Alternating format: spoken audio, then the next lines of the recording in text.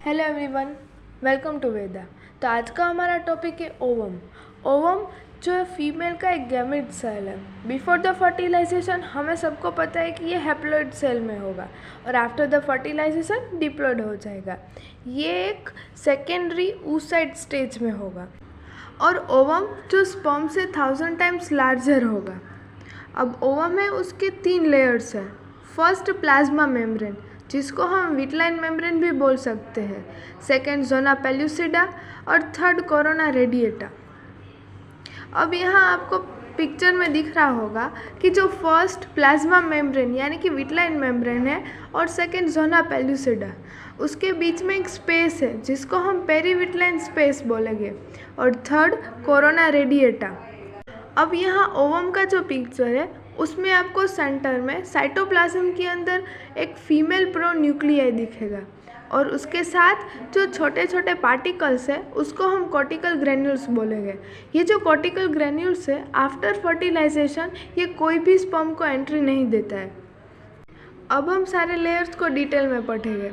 जो first layer है plasma membrane, जिसे हम विटलाइन मेम्ब्रेन भी बोलते हैं, ये ओवम की इनर मोस्ट लेयर है। साथ ही ये फॉस्फोलिपिड से बनी हुई है और ये सिर्फ एक ही स्पर्म को एंट्री देती है। और सेकेंड है जोना पेल्यूसिडा।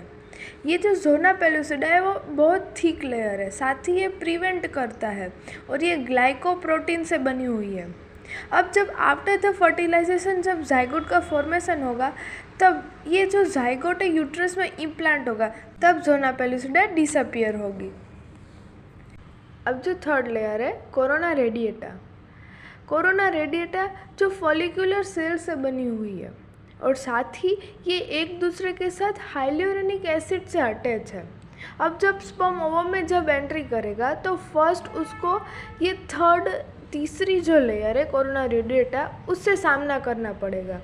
तो जो स्पर्म में एंजाइम होता है ना, हाइल्यूरोनिडेज एंजाइम, वो यहाँ सीक्रेट करेगा, जिससे यहाँ डीजनरेशन होगा और ये सेकेंड लेयर जोना पेल्यूसिडा में आगे जाएगा और फिर यहाँ से फर्स्ट लेयर और फिर अंदर साइटोप्लाज्म में जाके प्रोन्यूक्लियाई से मिलेगा। अब कॉर्टिकल ग्रेन्यूल्स। यहाँ पिक्चर में आपको साइटोप्लाज्म के अंदर जो छोटे डॉट्स दिख रहे हैं ना, वो ही कॉर्टिकल ग्रेन्यूल्स है। उसको एंटी फर्टिलाइज़र बोला जाता है क्योंकि आफ्टर द फर्टिलाइजेशन ये किसी भी स्पर्म को एंट्री नहीं देता है, इसीलिए उसको एंटी फर्टिलाइज़र बोला जाता है।